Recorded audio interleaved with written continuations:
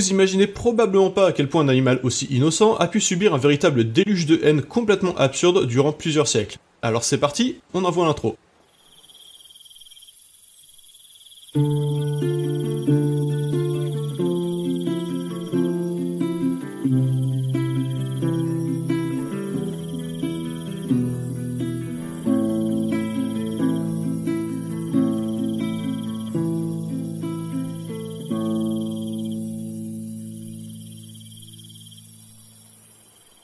On est en 2020 et vous êtes sur internet. C'est donc peu probable que j'ai besoin de vous le rappeler, mais dans le doute, le chat c'est ce petit carnivore poilu de la famille des félins que vous avez probablement déjà aperçu dans les pubs pour Whiskas. Aujourd'hui, le chat est l'animal de compagnie le plus apprécié des Français, dépassant même le chien en population. Et pas qu'un peu, puisque parmi les 50% de foyers qui possèdent un animal familier, on compte à ce jour 7,26 millions de chiens pour pas moins de 12,68 millions de chats. Ce qui revient à dire que statistiquement, environ un Français sur 6 a un chat comme animal de compagnie. Autant dire que c'est assez peu probable que vous en ayez jamais vu. Il est tellement présent dans nos vies que pour beaucoup d'entre nous, vivre sans chat serait tout simplement impensable. Et on imagine mal comment on pourrait ne pas apprécier ce petit mammifère qui vient ronronner sur votre clavier aussitôt qu'on se met à rédiger un document important. Et pourtant, le moins qu'on puisse dire, c'est que cette qualité de relation revient de loin. De très loin même, parce qu'elle a été particulièrement mouvementée et, osons le dire, profondément dramatique durant une partie considérable de notre histoire. Alors commençons par le début, comment et pourquoi le chat s'est-il introduit dans les sociétés humaines ? Comme pour le chien, on ne dispose pas de date précise à laquelle démarre sa domestication. Tout simplement parce que ce n'est pas un événement daté, mais un phénomène qui s'est instauré comme une norme au fil du temps. Pour autant, on a une idée relativement claire de la période à laquelle ce phénomène a pris place. Et cette période, c'est tout simplement celle de la sédentarisation. La raison est assez simple. À l'époque où l'humanité était constituée de tribus nomades, la présence d'un chat dans les sociétés humaines ne présentait pas un grand intérêt. Contrairement au loup, il était capable que de chasser des petites proies peu intéressantes pour nous. Il est bien trop indépendant pour être dressé à une activité spécifique comme le chien, et contrairement au bétail, il est même pas assez dodu pour constituer une source de nourriture viable. On comprend donc facilement que dans cette période-là, durant laquelle le loup pouvait déjà nous intéresser pour les raisons qu'on a vues au précédent épisode, le chat n'avait pas du tout retenu notre attention, et c'est tout juste s'il devait figurer sur la liste de nos proies de temps en temps. Mais aux alentours de 10 000 à 15 000 avant notre ère, quelque chose va tout changer. L'humain se sédentarise. Cette étape dans notre histoire va avoir des répercussions énormes sur absolument toutes les pratiques qui constituent notre quotidien, en premier lieu desquelles nous forcer à réorganiser intégralement notre gestion de la nourriture. Alors qu'à l'état nomade, l'humain se procurait sa nourriture essentiellement par la chasse et la cueillette, et donc dépendait de l'abondance des ressources naturelles à proximité, la sédentarisation lui permet d'adopter une stratégie différente, plus sûre, qui consiste à produire lui-même sa nourriture, au moins végétale dans un premier temps, et donc être moins dépendant de leur renouvellement naturel ou exposé aux aléas de facteurs externes, comme la compétition avec une autre tribu humaine à proximité. En d'autres termes, en se sédentarisant et en développant l'agriculture, l'humain acquiert un meilleur contrôle de son accès à l'alimentation. Les variables qui assurent qu'il aura de la nourriture à disposition sont moins externes à la tribu, donc concurrence, abondance naturelle, etc., et bien plus internes à la tribu, force de travail disponible, compétences en gestion, etc., ce qui va considérablement améliorer ses chances de survie et sa qualité de vie générale. Mais ces nouveaux avantages s'accompagnent aussi de nouveaux défis, notamment savoir faire face aux saisons là où l'hiver est rude, ou savoir modérer sa propre efficacité à la chasse. Puisqu'en étant sédentarisé, si on épuise les ressources naturelles alentour, l'option de migrer là où elles sont plus abondantes comme du temps des tribus nomades n'est plus disponible. D'autant que la sédentarisation permet aussi de constituer des tribus d'un nombre bien plus important, ce qui va obliger les humains sédentarisés à trouver des solutions pour s'assurer de l'abondance de la nourriture produite, mais également pour la stocker afin d'éviter des pénuries, soit saisonnières, soit suite à des imprévus qui détruiraient les plantations. Heureusement, l'humain découvre assez vite des moyens de faire face à ce risque constant de pénurie. Parmi les différents aliments qui s'est cultivé, une catégorie va se révéler particulièrement salvatrice, les céréales. Car contrairement à des fruits ou de la viande, qui périment très vite et dont la disponibilité varie au gré des saisons, les céréales peuvent être séchées et se conserver plusieurs mois, constituant un stock de nourriture d'urgence capable d'assurer la survie d'une tribu en cas d'imprévu, à condition d'être bien géré. Pour stocker ces céréales, les humains sédentarisés vont construire des silos à grains, qui servent évidemment à protéger les stocks des intempéries. Parce que si du blé ça se conserve facilement plusieurs mois dans un lieu sec, vous imaginez bien que sous la pluie ça tient nettement moins longtemps, et qu'il faut bien l'abriter. Donc un peu partout dans les villages de nos humains fraîchement sédentarisés, on va voir apparaître des constructions spécialement dédiées à stocker des grandes quantités de grains en tout genre. Et à partir de là, vous aurez bien sûr deviné qu'un autre problème va très vite émerger et se révéler extrêmement périlleux pour Homo sapiens. Ces silos de céréales vont inévitablement attirer l'attention de petits rongeurs, en particulier le rat, pour qui ils représentent un véritable buffet à volonté gratuit et ouvert 24 heures sur 24. Et ça va exposer les humains à un danger d'une ampleur tellement énorme qui pourrait provoquer rien de moins que l'extinction d'une tribu, voire potentiellement de toute l'espèce. Non seulement les rats consomment une bonne partie du stock indispensable à leur survie, mais en plus ils se reproduisent à une vitesse redoutable. En plus de ça, ils sont extrêmement furtifs et s'introduisent partout. Impossible d'hermétiser les stocks de céréales à leur intrusion. Impossible également de les chasser assez efficacement pour contrôler leur population, puisqu'ils sont beaucoup trop petits et rapides, mais aussi extrêmement futés et capables d'éviter les pièges. Pire encore, les rats ne se contentent pas de manger les récoltes stockées, ils les souillent également. Si bien que c'est pas juste la quantité consommée par le rat qui est perdue, mais le stock entier qui risque d'être contaminé par ses urines, excréments ou tout autre pathogène dont on ignore encore l'existence à l'époque. Le danger que pose la prolifération de rats est donc tout à fait réel et extrêmement sérieux. Si on n'est pas constamment attentif à limiter sa multiplication, on se retrouve en un rien de temps avec une véritable invasion de milliers de rats qui va complètement anéantir des stocks de nourriture vitaux à la survie de tout un village et le condamner à une famine capable de l'anéantir entièrement. L'humain n'a alors pas le choix, il doit trouver un moyen de limiter leur prolifération, sa survie en dépend. Et c'est là, vous l'aurez compris, que le chat va soudainement revêtir un rôle absolument indispensable à la survie de l'humanité. Puisque les humains assistent à une prolifération de rats bien dodus qui se nourrissent dans leurs silos, les chats sauvages voient à leur tour dans les villages humains un garde-manger particulièrement attractif. Pour eux aussi, traîner aux alentours des silos de céréales est un véritable buffet à volonté. Fini les heures de traque interminables et de patience en attendant qu'un rongeur famélique s'aventure enfin hors de son terrier, il suffit aux chats d'attendre à proximité d'un silo et cueillir ce qui en sort tellement goinfré que leurs pattes touchent à peine encore le sol. Et il devient très vite habituel pour les humains d'y apercevoir ces petits prédateurs se faufiler un rat à la gueule entre les habitations.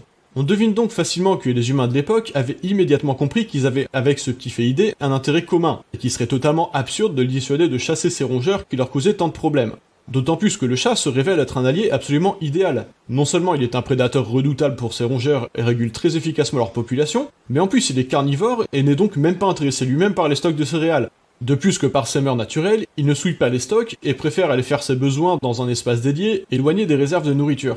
Certes, il n'est pas aussi sociable que le loup, puisqu'à la différence de lui, le chat est un animal solitaire. Il n'est pas possible de le dresser à une activité spécifique. Mais une fois apprivoisé, il est également très affectueux, et quand bien même il est parfois lunatique et agressif, il ne pose jamais non plus aux humains un véritable danger, juste quelques petites plaies vite oubliées. Et son caractère indépendant n'est de toute façon pas un problème, puisqu'il est parfaitement autonome dans sa tâche. Il n'y a pas besoin de le dresser à chasser des rats, il les chasse déjà très bien lui-même. Pour les humains d'époque, ce petit carnivore qui s'est introduit de lui-même dans du village est vite perçu comme un cadeau des dieux qui leur est fait pour les sauver des ravages de la vermine. Tout est fait pour l'encourager à venir chasser dans nos villages, et on imagine facilement qu'à cette époque déjà, tout acte à son encontre qui pourrait l'en dissuader est formellement proscrit. Si bien que l'intégration du chat dans nos sociétés s'est probablement faite de manière quasiment simultanée avec le développement de l'agriculture. Et son efficacité de dératiseur confirmera immédiatement que l'accueillir dans nos vies était le bon choix. Chaque année, les chats sauvent une quantité de récoltes décisive et permettent d'éviter des épisodes répétés de famine. Les humains d'époque sont bien conscients de ce service rendu et honorent donc le chat des plus hautes grâces dans leurs croyances religieuses. Le chat y est régulièrement assimilé non pas juste à un cadeau des dieux qui est fait aux humains, mais parfois même à une divinité à part entière, venue offrir sa protection et témoigner son affection aux humains. Il fait peu doute que sur toute la période de la sédentarisation à l'Antiquité, le chat bénéficie du plus haut respect des humains avec lesquels il partage le quotidien, respect qui peut aller jusqu'à la vénération pure et simple. En vertu du service inestimable qu'il rend aux humains, sa présence est assimilée à l'abondance, à la fertilité, à la protection, à la bienveillance, ou d'une manière générale à tout un ensemble de valeurs hédonistes dont on va d'ailleurs reparler. Mais faisons d'abord un détour rapide sur l'aspect naturaliste de cette nouvelle relation. Dans le cas du chien, on avait vu au dernier épisode que les loups avaient probablement pris l'habitude de suivre des tribus humaines nomades dont ils pouvaient profiter des restes de nourriture abandonnés à proximité. Cette proximité a laissé place à une certaine familiarité, puis peu à peu à des épisodes d'apprivoisement, au cours desquels certains humains ont probablement élevé et imprégné des jeunes loups.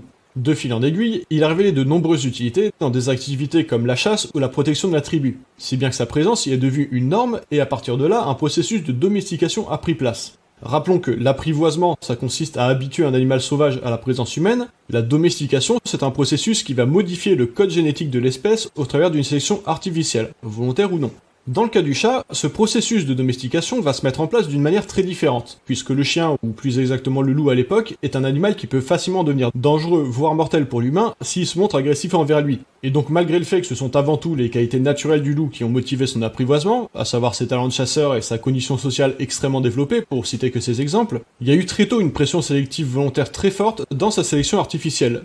Les loups trop agressifs envers les humains ont été éliminés du fait du danger qui est représenté. Les plus dociles ont été retenus pour la reproduction. Notez bien qu'il n'est pas du tout nécessaire d'avoir une bonne compréhension de la génétique pour faire ce genre de choix, et il est très probable que les humains d'époque aient procédé à des choix volontaires de sélection artificielle sur la base de toutes sortes de croyances sans doute assez archaïques relativement au processus d'hérédité.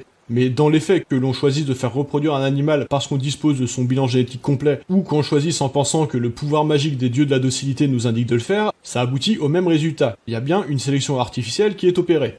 Dans le cas du chat, il est assez peu probable qu'on ait procédé de la même manière. On n'a pas besoin qu'un chat soit docile et obéissant pour être efficace et dératisé. De même qu'un chat agressif, puisqu'il pose pas de grands dangers pour nous, peut être facilement toléré. Du moment qu'il chasse les rats, il suffit de lui foutre la paix et tout le monde est content. En fait, il est tellement indépendant qu'on pourrait se demander comment le processus de domestication a juste pu avoir lieu, puisqu'il y a virtuellement aucun besoin d'intervenir dans sa sélection pour qu'il nous soit utile. Et pourtant, elle a bien eu lieu. Et le plus probable, c'est qu'elle se soit opérée de manière involontaire, un peu comme si le chat s'était domestiqué lui-même. Parce que si l'humain n'a pas ou peu eu besoin d'intervenir dans la sélection reproductive des chats, il reste que les plus dociles se sont laissés approcher par les humains, qui, rappelons-le, avaient tout intérêt à lui témoigner de l'affection et de la gratitude plutôt que de lui faire du mal. De là, ces chats ont non seulement pu bénéficier de certains soins de notre part, mais également se sont vite sentis à l'aise et en sécurité parmi nos ancêtres. Plus besoin pour eux de fuir, de se cacher, de se faufiler entre leur tanière et le village pour pouvoir chasser. Il suffisait de rester vivre sur place, et même de profiter du confort et de la sécurité des habitations humaines, dont il est très probable qu'on leur ait ouvert la porte sans grande hésitation.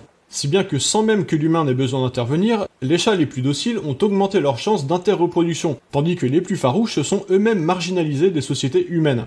On assiste donc bien à un phénomène de domestication, sans même que la moindre intervention volontaire des humains dans la sélection soit nécessaire. Et comme on l'avait vu aux précédents épisodes, la sélection d'individus plus dociles entraîne toujours un phénomène de néoténie. Pour rappel, la génétique c'est pas une recette de cuisine. Il suffit pas de faire reproduire un chat qui a la qualité A avec un autre qui a la qualité B pour obtenir des chats avec les qualités A et B. Le plus souvent, les qualités en question sont liées génétiquement à tout un ensemble de traits dont on ignore jusqu'à l'existence. Et même lorsque la sélection est volontaire, il est inévitable que le résultat diverge plus ou moins largement de ce qui était attendu. D'autant qu'il y a une bonne part de hasard dans la transmission génétique. Et en l'occurrence, la docilité qui était retenue, volontairement ou accidentellement pour le chien comme pour le chat, est un caractère juvénile. Être affectueux et obéissant est un atout pour l'animal en jeune âge, lorsqu'il bénéficie d'une production parentale. Mais beaucoup moins passé à la maturité, où il est le plus souvent dans son intérêt d'être à l'inverse exigeant ou agressif. Du coup, ce qui se passe lorsqu'on sélectionne à la reproduction, donc à l'âge adulte, des individus dociles, c'est qu'on sélectionne inévitablement ceux dont les traits juvéniles sont maintenus après la maturité sexuelle. Là où à l'état sauvage, c'est le plus souvent à l'inverse, les individus dont les traits juvéniles ne sont pas maintenus à l'âge adulte qui ont les meilleures chances de reproduction. Et c'est exactement ça que consiste la néoténie, augmenter la conservation des traits juvéniles passé la maturité sexuelle. C'est un effet virtuellement incontournable de la domestication, et il se limite pas à la docilité, mais il implique aussi tout un tas d'autres traits, tels que la couleur ou la variété du pelage, la fertilité, ou différents comportements et mécanismes cognitifs. Ce qui fait que malgré son indépendance, le chat a bel et bien subi une altération des critères de sélection résultant de son intégration aux sociétés humaines, et dès lors a bien été domestiqué, bien que l'intervention humaine volontaire ait dans son cas joué un rôle très marginal, du moins dans un premier temps.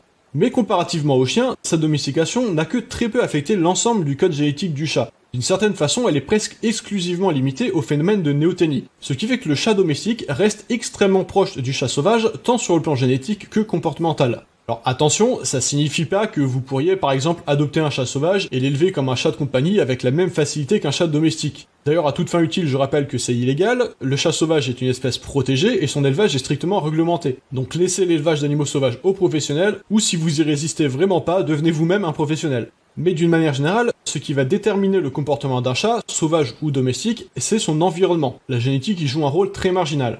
Plus précisément, c'est la relation qu'on entretient à eux qui va déterminer son comportement, et dans le cas du chat domestique, cette relation est dite supermaternelle. En adoptant un chat, on se substitue au rôle de parent, ou plus spécifiquement de mère, puisque le mâle ne participe pas à l'éducation chez les chats. Or, dans la nature, ce rôle est interrompu par le sevrage qui intervient lorsque les chatons atteignent leur maturité sexuelle. À ce moment-là, la mère va concrètement leur démonter la gueule jusqu'à ce qu'ils foutent le camp de son territoire, et qu'ils se démerdent pour payer leurs propres factures. Évidemment, dans le cas de la relation humaine, on ne fout pas les chats dehors à leur maturité. Lorsque vous adoptez un chat, vous allez continuer de vous substituer à ce rôle maternel au-delà de l'âge auquel il prendrait normalement son indépendance. C'est précisément là que votre rôle devient super maternel. Il dépasse le cadre du rôle maternel à l'œuvre dans la nature. Et le résultat est exactement celui que vous imaginez, puisque vous conservez votre rôle maternel envers le chat conserve son rôle enfantin envers vous. Et il le fait de bon gré, puisque à l'évidence c'est beaucoup plus agréable d'être choyé et entretenu toute sa vie que de devoir se débrouiller seul. Un exemple classique de ce comportement juvénile, c'est le ronronnement. Pour le chat sauvage, il ne s'observe qu'en très jeune âge, et il est très rare d'observer un chat sauvage ronronner à l'âge adulte. Alors qu'à l'évidence chez le chat domestique, on observe sans difficulté que le ronronnement s'exprime souvent tout au long de sa vie envers son substitut maternel, voire envers le premier inconnu qui passe comme un gros ingrat, s'il est confiant envers les humains d'une manière générale. En bref, le chat se comporte avec vous comme un bébé toute sa vie, tout simplement parce que vous vous comportez envers lui comme une mère toute sa vie. C'est également ce qui fait qu'il mène une sorte de double vie, surtout lorsqu'il a accès à l'extérieur. Une fois dehors, il enclenche le mode prédateur et se livre aux activités habituelles des chats adultes. Inspecter et marquer le territoire, chasser, parfois se battre avec des intrus, ou encore chercher à pêcher de la meuf si vous êtes un irresponsable qui ne stérilise pas son chat malgré le fait qu'il ait un accès extérieur, et qui va ensuite s'étonner qu'il a plus de chatons qu'il peut en entretenir. Mais aussitôt que son maître, ou souvent n'importe quel humain, arrive dans son champ de vision, il switch immédiatement en mode chaton et vient réclamer des câlins ou de la nourriture en ronronnant. Et d'ailleurs, si vous avez un chat qui a accès à l'extérieur, vous avez très probablement fait l'expérience de vous réveiller un matin avec un oiseau ou une souris morte, agonisante, voire même en pleine forme, juste en face de votre tronche. Évidemment, c'est pas une expérience super plaisante, parce qu'au réveil, on préfère globalement l'odeur d'un café chaud à celle d'un rat crevé, mais pour autant l'intention du chat est bel et bien de vous servir le petit déjeuner au lit. Ou plus exactement de vous apprendre à vous nourrir, parce que c'est un comportement tout à fait naturel chez le chat et chez les félins d'une manière générale. En fait, ça fait partie d'un processus d'éducation. La mère apporte des proies à ses petits pour les préparer à la vie de prédateur. Évidemment, ça implique une inversion des rôles, puisqu'on a vu que c'est vous qui vous substituez au rôle de mère dans la relation, alors que là, c'est la mère qui apporte des proies à ses petits dans la nature. Mais puisque cette substitution dépasse le rôle naturel de la maternité, elle perturbe quelque peu les instincts du chat, et il est donc commun d'assister à ce genre de confusion. Ce qui se passe dans la nature, c'est que la mère prépare de cette façon ses chatons à devenir des prédateurs. Dans un premier temps, elle va juste leur apporter de la viande pour permettre de transitionner leur alimentation avec le lait maternel. Puis peu à peu, elle va leur apporter d'abord des proies partiellement décortiquées pour leur apprendre à se nourrir directement sur les carcasses, puis des proies mortes mais entières pour leur apprendre à les dépecer, puis des proies encore vivantes mais blessées pour les apprendre à tuer, puis enfin des proies vivantes et intactes pour leur apprendre à les chasser. Ce qui ressemble souvent à un jeu sadique et cruel de la part du chat n'est en fait rien d'autre qu'une partie intégrante de son apprentissage, indispensable à sa survie à l'état sauvage, et dont une partie au moins s'exprime de manière instinctive. Le chat ressent le besoin de chasser et de transmettre son savoir à ses petits, ce qui ne signifie pas qu'il ne peut pas s'en passer et qu'il faudrait obligatoirement lui offrir la possibilité de chasser. Mais il faut au minimum canaliser ce besoin, le plus souvent au travers du jeu, sans quoi la frustration accumulée peut conduire à une instabilité psychologique ou à différents troubles du comportement. Lorsque votre chat vous apporte des proies, c'est tout simplement une preuve d'affection de sa part. Puisqu'il ne vous voit jamais chasser d'animaux ou de souris, il cherche à s'assurer que vous soyez capable de chasser ou tuer. Et chose amusante, vous pouvez évaluer le niveau auquel il vous manque de respect selon s'il vous apporte juste des petits bouts de viande comme un gros assisté, ou bien s'il vous fait assez confiance pour être capable de tuer une proie vivante non blessée. C'est très commun de croiser des propriétaires de chats qui cherchent des solutions pour mettre fin à ce comportement, et si vous espériez les trouver ici, préparez-vous à être déçus parce que concrètement il n'existe pas de véritable solution. Le seul conseil que je peux vous donner, c'est tout simplement d'accrocher une clochette à son collier, comme ça ses proies l'entendent approcher et ont une plus grande chance de lui échapper. Après, en théorie, vous pouvez aussi essayer de chasser et tuer des souris devant lui pour lui montrer qui c'est le prédateur alpha dans le quartier. Mais a priori, si vous êtes ce genre de thug, ça vous dérange pas forcément de manger du rat crevé au petit-déj de toute façon, donc c'est pas trop l'idée. En bref, nos chats ont beau être domestiqués, c'est concrètement des petits fauves bipolaires qui alternent entre bêtes sauvages et gros chatons dès que vous apparaissez.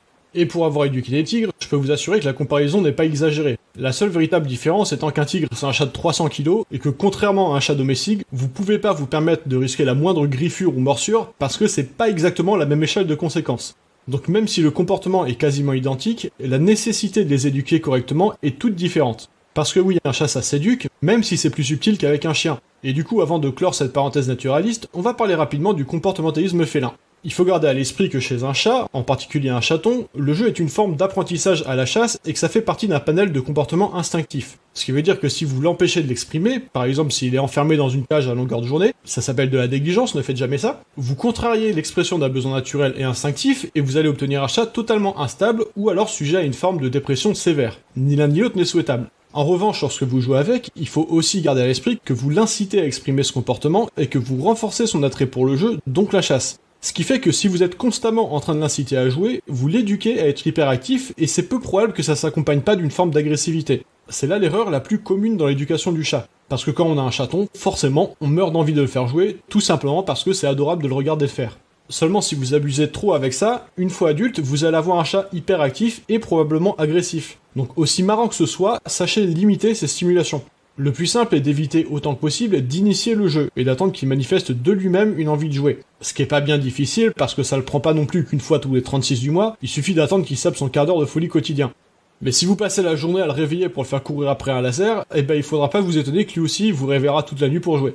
Également, puisque le jeu est étroitement lié à l'instinct de chasse, l'objet avec lequel il va jouer est perçu comme un substitut de proie, ce qui fait qu'en grandissant, ces objets seront plus ou moins assimilés à des cibles. Et de là, vous comprendrez assez vite que le faire jouer avec vos mains ou vos pieds quand il est petit, même si c'est super marrant, c'est pas exactement une bonne idée.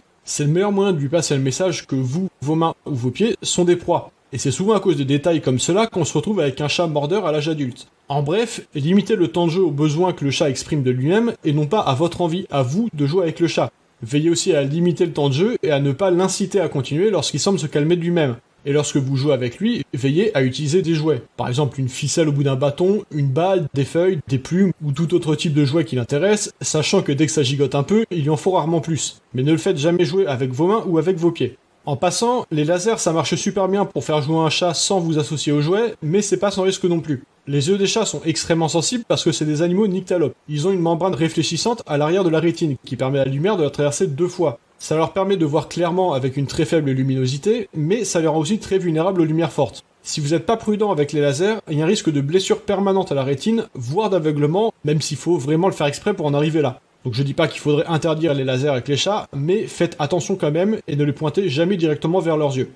Il n'y a pas de modèle éducatif tout prêt et universel pour bien éduquer un chat, parce que tout dépend du caractère de votre chat et de ce que vous attendez de lui. Par exemple, si vous voulez un chat joueur et actif, ou à l'inverse, un chat câlin et calme. Mais j'ai pris le temps de lisser quelques conseils de base pour assurer du mieux possible que vous et votre chat bénéficiez d'une bonne relation. Premièrement, ne pas hésiter à adopter un chat adulte plutôt qu'un chaton. Bien sûr, un chaton c'est super craquant et on préfère tous assister à cette période de sa vie. Mais ça passe aussi très vite. Un chaton c'est sevré entre 4 et 8 semaines et sexuellement mature entre 9 et 12 mois. Ce qui veut dire que sa période chaton, elle dure au maximum une dizaine de mois sur une durée de vie moyenne de 15 ans. Donc n'adoptez pas un chaton sans être conscient du fait qu'il ne le restera pas longtemps. Si vous comptez vous enlacer quand il sera devenu adulte, contentez-vous de regarder des vidéos de chatons sur YouTube, ce sera mieux pour tout le monde. De plus, l'avantage d'un chat déjà adulte, c'est que son caractère est déjà construit. Avec un chaton, on sait jamais trop d'avance ce que sera son caractère à l'âge adulte. Avec un chat adulte, au moins, vous savez dans quoi vous vous embarquez. Donc si vous avez une idée assez précise du caractère de chat qu'il vous faut, n'hésitez pas à en prendre un qui soit déjà adulte et qui corresponde à ce caractère, plutôt qu'un chaton qui pourrait avoir le caractère opposé une fois adulte.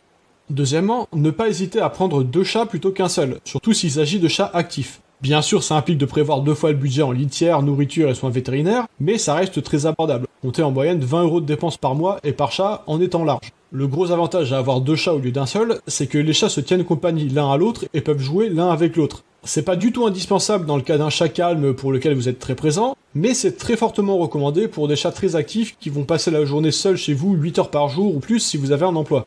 Parce que là encore, si votre chat s'ennuie toute la journée quand vous travaillez et que lorsque vous rentrez en fin du travail, vous dormez la moitié du temps, faudra pas vous étonner d'avoir des cernes au travail le lendemain. D'autant que le chat est nocturne et crépusculaire, donc il va dormir toute la journée quand vous bossez et vouloir jouer toute la nuit quand vous dormez. Alors certes, le chat est solitaire à l'état sauvage, mais il est aussi stimulé par son environnement. Dans une maison ou un appartement, le quotidien du chat peut vite devenir très routinier et lassant au point qu'il se mette à faire des bêtises par ennui. Avoir un compagnon est donc un excellent moyen de briser la monotonie et de lui offrir un environnement satisfaisant en termes d'interaction sociale. Troisièmement, évitez autant que possible de le surstimuler. Ce qui veut pas dire qu'il faut pas jouer avec, au contraire. Mais prenez part aux sessions de jeu lorsqu'il les initie lui-même et évitez de les initier à sa place, même si ça a l'air de beaucoup l'amuser. Adaptez-vous au chat. Lorsqu'il est calme, faites-lui des câlins. Lorsqu'il est actif, jouez avec lui, et pas l'inverse. Et quand vous jouez avec lui, sachez aussi faire des pauses ou limiter le temps de jeu, ne serait-ce que pour voir s'il a vraiment envie de continuer de jouer, ou s'il continue juste parce que vous continuez de le stimuler. Quatrièmement, limitez strictement le contact direct à un contact purement affectif. Lorsqu'il veut jouer, faites-le jouer avec un objet dédié, pas avec vos mains ou vos pieds. Lorsqu'il s'intéresse à vous, ça doit être pour avoir des caresses et de l'affection. Si jamais il vient pour autre chose, donnez-lui ça à la place, et s'il change pas d'avis et qu'il veut absolument jouer, alors canalisez-le sur un objet, mais ne laissez pas jouer avec vos mains ou vos pieds. Il n'y a pas besoin d'être infaillible. L'éducation, c'est pas un code informatique, et votre chat va pas devenir un psychopathe immédiatement parce qu'une fois vous l'avez laissé vous mordiller les doigts. Il y a largement assez de place pour l'erreur. C'est leur accumulation qui va devenir problématique. Mais il faut rester attentif à ces principes pour que sur la durée, votre chat assimile que les jouets servent à se défouler et que les humains savent à recevoir de l'affection, pas l'inverse. Cinquièmement et dernièrement, soyez le plus présent possible pour lui. C'est tout bête, mais c'est indispensable. Plus vous serez présent dans la vie du chat, plus vous et lui serez proches. S'il vous voit qu'occasionnellement, vous serez au mieux pour lui qu'un humain qu'il trouve sympa, mais il va aussi vite s'habituer à pouvoir se passer de vous. Alors que si vous êtes avec lui la majeure partie du temps, vous allez vite devenir son meilleur ami. Bien sûr, ça dépend aussi de votre propre attente. Si vous êtes 24 heures sur 24 avec votre chat sur les genoux, faudra pas vous étonner que ça devienne un gros pot de colle dépendant aux caresses et qu'il vous laissera même pas envoyer un SMS pour appeler à l'aide. Il faut pas non plus hésiter à espacer le contact et lui faire comprendre que vous n'êtes pas toujours disponible. Mais dans un même temps, quel est l'intérêt d'adopter un chat si vous n'avez pas l'intention de passer du temps avec? Il va de soi que s'il aura d'accompagner que quelques heures par jour, alors c'est sûrement que votre mode de vie n'est tout simplement pas compatible avec l'adoption d'un chat. Si vous comptez adopter un chat, faites-le pour apprécier sa compagnie et pas pour décorer votre salon. Je ferme là cette parenthèse, et à présent qu'on a vu les spécificités naturalistes et comportementalistes du chat, revenons à l'histoire de sa domestication elle-même. Comme je le disais, c'est à la suite de la sédentarisation que le chat a été adopté dans les sociétés humaines pour ses talents d'ératiseur. Et il s'est montré si efficace à cette tâche qu'il a été rapidement introduit comme divinité dans les folklores religieux de l'époque de différentes manières selon les cultures. Sans doute l'exemple historique le plus éloquent est celui de l'Égypte antique, où le chat était strictement considéré comme une incarnation divine sur Terre et représenté dans la mythologie égyptienne par la déesse à tête de chat Bastet, symbole de l'abondance et de la fertilité. Et les Égyptiens de l'Antiquité, ils rigolaient vraiment pas avec la religion, ce qui fait que le chat avait dans la société égyptienne un statut extrêmement élevé, potentiellement même supérieur à celui du citoyen lambda. Tuer ou simplement maltraiter un chat valait souvent la peine de mort, et lorsque le chat d'un foyer venait à mourir, la famille entière portait le deuil dans la tradition de l'époque. Non pas juste dans l'expression du deuil par la famille, notamment le fait de se raser les sourcils pour les Égyptiens de l'Antiquité, mais également dans les rites qui l'accompagnent. Les chats bénéficiaient le plus souvent des plus hautes formes de révérence post-mortem. Comme les personnalités importantes, ils étaient embaumés et momifiés. Des sarcophages plus ou moins onéreux leur étaient construits, et ils pouvaient parfois être inhumés auprès d'humains pour les accompagner dans l'après-vie, ou à défaut, ils étaient inhumés dans l'une des nombreuses et immenses nécropoles exclusivement félines d'Égypte, où ont reposé des millions de chats. Le respect qui leur était témoigné était tout à fait remarquable, au point que le simple fait de sortir un chat égyptien du territoire était un crime passible de peine de mort.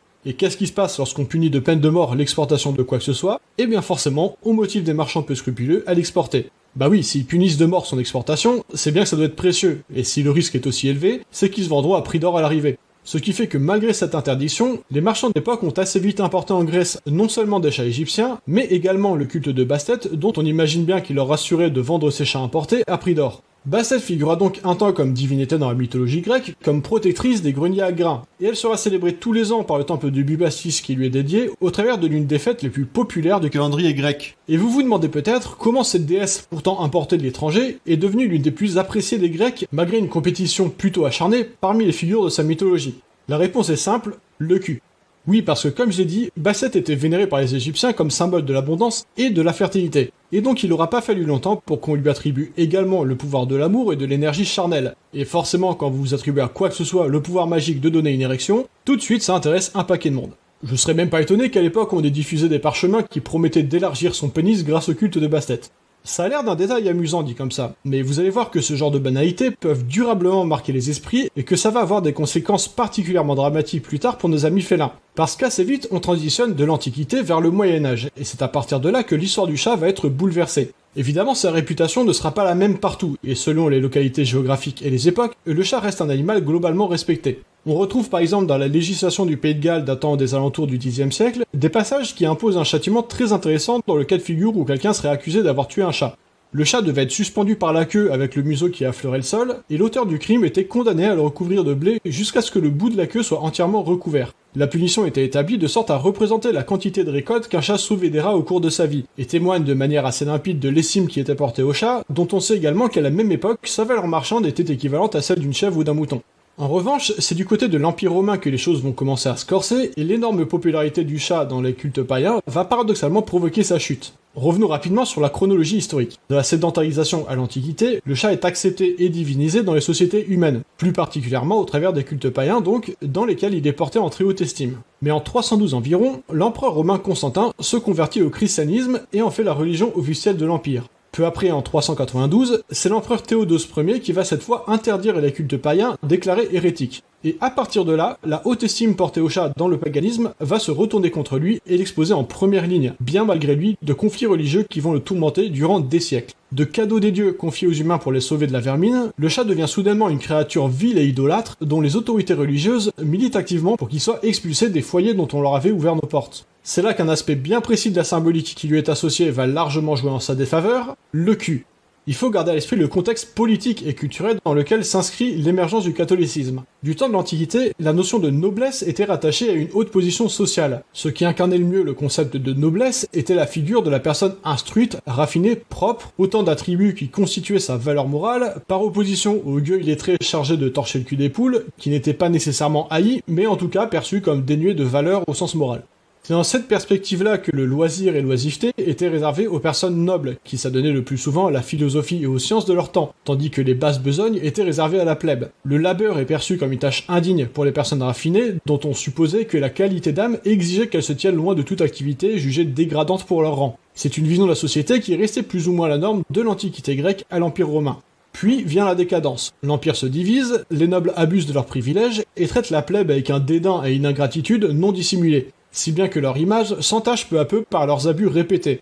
Aux yeux de la plèbe en question, le loisir devient synonyme de débauche, l'oisiveté devient de la paresse et l'érudition devient de la vanité. Et c'est dans ce contexte de remise en question radicale des valeurs morales admises que le christianisme va s'imposer comme une contestation subversive et très adéquate de la hiérarchie sociale de l'époque. Et à la noblesse du statut social, on oppose alors l'idée de noblesse d'âme par laquelle l'humble paysan dévoué à son travail et sa famille s'assure les portes du paradis, tandis que la débauche pécheresse des puissants les condamne à l'enfer.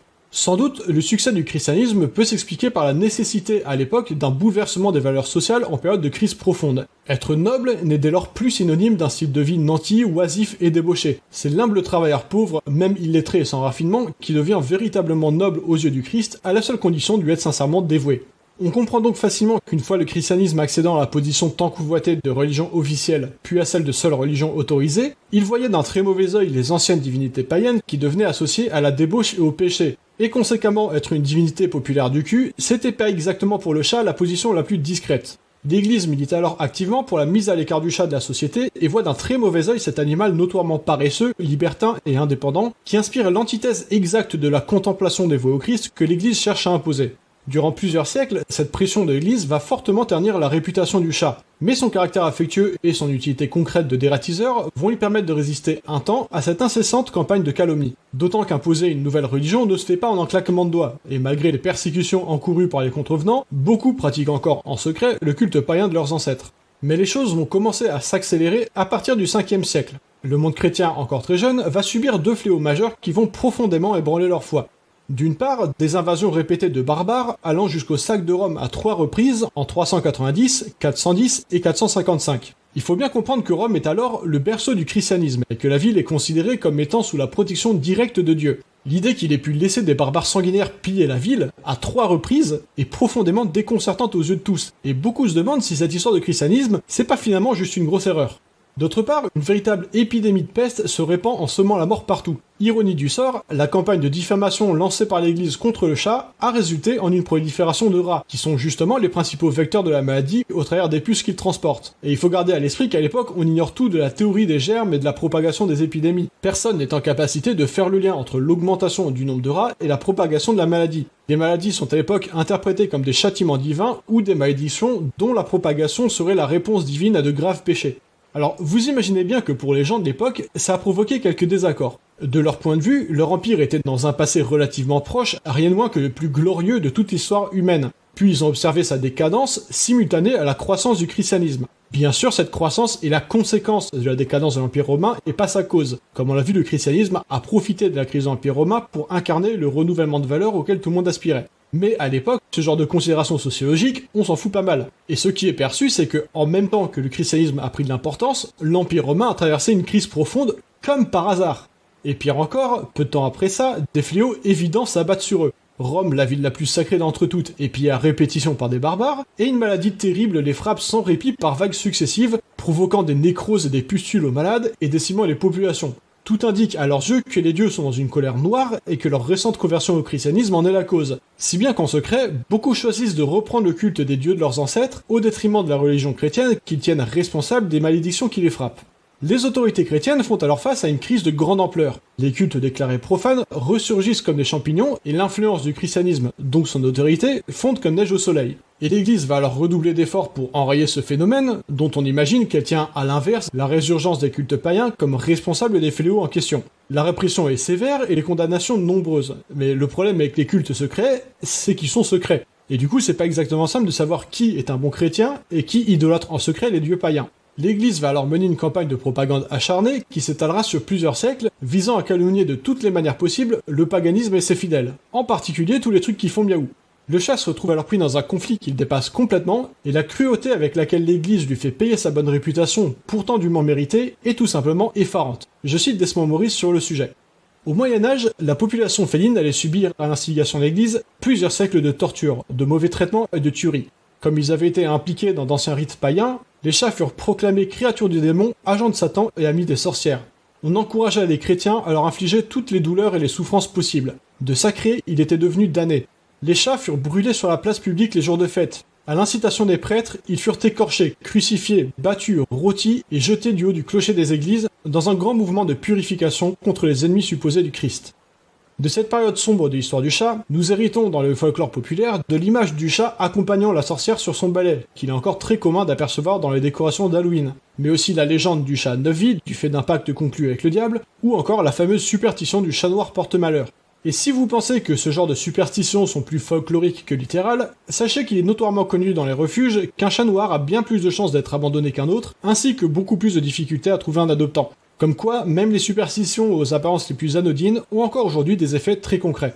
Et le calvaire du chat ne va malheureusement pas s'arrêter avec le Moyen-Âge, car si entre-temps le paganisme a été relayé aux archives de l'histoire, le christianisme fait face aux alentours du XVe siècle à une nouvelle vague de contestation. Cette fois, c'est le progrès technique qui va engendrer une forte remise en question du dogme catholique admis, jusque dans les sphères les plus érudites. C'est le début de ce que l'on connaît aujourd'hui sous le nom de période des Lumières. J'avais déjà abordé cette période dans les précédents épisodes, en particulier au travers de Descartes. Et c'est d'ailleurs dans cette même période que Giordano Bruno sera exécuté sur le bûcher pour avoir osé soutenir, suite à l'invention des premiers télescopes, que les ciel n'était pas un simple dôme englobant la Terre au-dessus duquel vivait Dieu, mais une vaste étendue de galaxies et de planètes, dont certaines peut-être abritaient également la vie comme la nôtre. On retient de la période des Lumières l'image d'un grand renouvellement intellectuel rafraîchissant, à partir duquel les sciences se sont émancipées de la religion et ont depuis accompli un progrès remarquable. Mais il faut garder à l'esprit qu'avant de porter ses fruits, elle a consisté en une vaste période de tension pour les autorités religieuses qui, ébranlées par la remise en question constante des principes admis antérieurement depuis des siècles comme des vérités indiscutables, a choisi d'y faire face par une répression brutale et impitoyable. En 1484, le pape Innocent VIII prononce un édit célèbre, le Summis Desirante Effectibus, ou désir d'ardeur suprême, qui instaure une véritable chasse aux sorcières en Allemagne dans le cadre de l'Inquisition. Les classes populaires sont galvanisées et s'autoradicalisent sur internet, et un peu partout on condamne, on dénonce et on lynche à tour de bras. À partir de là, massacrer des chats devient un sport national. Pendant les fêtes de la Saint-Jean, à l'occasion desquelles on organisait un grand barbecue d'hérétiques, on adopte comme tradition de jeter des chats vivants sur les bûchers des condamnés, juste histoire de bien rentabiliser le bois consumé. Peu après, au XVIe siècle, une nouvelle crise frappe l'Église. Cette fois, c'est l'émergence du protestantisme qui menace la prospérité du catholicisme et le pouvoir de ses institutions. Et l'Église catholique ne compte évidemment pas, là encore, laisser la concurrence lui grignoter tranquillement ses parts de marché. Les protestants sont persécutés, beaucoup migrent à cette occasion sur le continent américain, fraîchement découvert par le monde occidental. En Angleterre, la succession au trône d'Henri VIII donne alors place à un conflit sanglant opposant la dynastie de Tudor, en proie à une forte division interne entre les parties catholiques et protestantes de la famille. Marie Tudor, catholique, finira par obtenir le rôle après avoir fait exécuter pour trahison sa demi-sœur. Pour marquer les esprits et asseoir l'autorité du catholicisme, elle fera brûler des chats sur la place publique pour dénoncer l'hérésie protestante. Parce que pourquoi pas après tout. À peine 5 ans plus tard, celle à qui l'histoire retiendra le surnom de Bloody Mary meurt d'une maladie et c'est Elizabeth Tudor, protestante, qui lui succède. En réponse au règne cruel de sa demi-sœur, Elizabeth fera alors célébrer le chat en héros et le glorifiera comme symbole de la fin de l'oppression catholique. Je déconne. Elizabeth fera elle aussi cramer des chats sur la place publique, mais cette fois pour dénoncer l'hérésie du catholicisme. Je sais pas, est-ce que c'est vraiment trop demandé de juste foutre la paix aux chats au bout d'un moment? Je comprends que tout le monde s'est chauffé dans une ambiance là, mais ils ont rien demandé à la base, ils voulaient juste chasser des rats. Bon, heureusement, le monde ne se résume pas non plus au christianisme, et pendant qu'en Occident on s'amusait à cramer des chats au premier prétexte venu, en Orient on assiste à un âge d'or de la pensée dont s'inspireront d'ailleurs beaucoup des auteurs de la période des Lumières. Et si dans le christianisme, le chat a durablement acquis une aura maléfique en se retrouvant bouc émissaire dans plusieurs siècles de conflits religieux, dans l'islam il hérite à l'inverse du grand respect dont il jouissait au travers des croyances égyptiennes. Dans le Coran, il est d'ailleurs fait mention de Muezza, la chatte de Mahomet, qui à un moment le sauve d'une morsure de serpent, suite à quoi il lui fera preuve d'un respect révérencieux jusqu'à renoncer de s'habiller d'un vêtement sur lequel Muezza dormait. Si bien que pendant que les Occidentaux étaient occupés à argumenter leurs conflits religieux par combustion de chats interposés, les Orientaux, eux, étaient plus occupés à perfectionner l'élevage de cet animal très apprécié par les hautes sphères de la société. C'est par cet élevage qu'ils finirent par obtenir une race de chats à poils longs, originaire de Turquie, qui deviendra extrêmement appréciée comme un symbole de raffinement et de noblesse. Si bien qu'il sera importé en Italie par le célèbre explorateur Pietro della Valle et devient depuis lors connu en Occident sous le nom de chat persan. Cette nouvelle race va rapidement séduire la bourgeoisie italienne, puis française, jusqu'à être introduite à la cour au XVIIe siècle par Louis XIV, grand amateur de chats, qui permettra de réhabiliter une partie de son prestige perdu. C'est d'ailleurs le souverain lui-même qui finira par enfin interdire que l'on jette des chats vivants sur les bûchers de la Saint-Jean, tradition qu'il jugeait barbare et primaire. Le fait de jeter des chats sur le bûcher. Donc, cramer les gens, ça par contre ça pouvait continuer, on va pas interdire tout ce qui est marrant non plus. Le reste de l'histoire du chat rejoint à partir de là celle du chien qu'on avait abordé dans l'épisode précédent. Avec l'industrialisation, on assiste à l'émergence d'une classe moyenne qui a les moyens de s'intéresser à l'élevage d'animaux de compagnie. Les premières expositions de chats prennent place, puis les passionnés s'organisent en sociétés d'élevage. Des critères de sélection sont définis et des races sont recensées, ce qui aboutira relativement vite à la variété de races de chats que l'on connaît aujourd'hui et qui sont supervisées en France par le livre officiel des origines félines, LOOF, à ne pas confondre avec le livre des origines françaises, LOF, qui concerne les chiens. Depuis lors, le chat a largement retrouvé sa place dans nos foyers, il y est même plus que jamais apprécié, puisqu'ils sont à présent près de 2 fois plus nombreux que les chiens, alors qu'en 1990 seulement, ils étaient à peu près aussi nombreux. Ce qui est intéressant, c'est qu'aucun événement majeur n'est venu populariser d'un coup cet animal calomnié depuis des siècles. Certes, depuis peu, il a été mis en avant par sa popularité sur internet, mais cette popularité est davantage la conséquence de l'affection qu'on leur porte, bien plus que sa cause. Si le chat a rapidement regagné sa place dans notre estime, c'est tout simplement parce qu'il sait se faire apprécier, y compris lorsque son utilité de dératiseur ne nous est plus réellement indispensable. Et ça démontre assez clairement une chose, le mépris dont il a été victime et pour lequel il a été martyrisé durant des siècles est purement et simplement artificiel. Il n'a résulté de rien d'autre qu'un dogmatisme zélé et hystérique dont seules les religions ont le secret. C'est entièrement la campagne de calomnie menée par l'Église contre le chat qui a fait de lui un animal méprisé et maltraité, en dépit de son caractère affectueux et de l'immense service qu'il nous a rendu au cours de notre histoire. Lorsque l'influence du christianisme a commencé à décliner, que ce soit à la suite de l'émancipation des sciences ou de la séparation de l'État et du clergé, ces campagnes de calomnie ont cessé d'avoir autant d'influence et le chat a su naturellement reconquérir la place qui lui est due dans notre estime. Je termine ici cette vidéo et j'espère qu'elle vous aura fait découvrir des choses sur cette étonnante histoire du chat. Je vous cache pas que dans mon opinion, l'histoire du chat est la plus incroyable de toute l'histoire animale du fait de son intensité. C'est un animal tellement indépendant qui s'est littéralement domestiqué lui-même, et qui malgré le service immense qu'il nous a rendu, est passé brutalement du statut de divinité digne du plus grand respect à celui des créatures démoniaques pour laquelle les pires sévices étaient ouvertement encouragés. L'histoire du chat est à mon sens un éternel témoignage des dérives absurdes auxquelles le dogmatisme et l'irrationalité peuvent conduire, et dans lesquelles nous avons, à la lumière de nos connaissances modernes, un devoir moral de ne jamais sombrer à nouveau.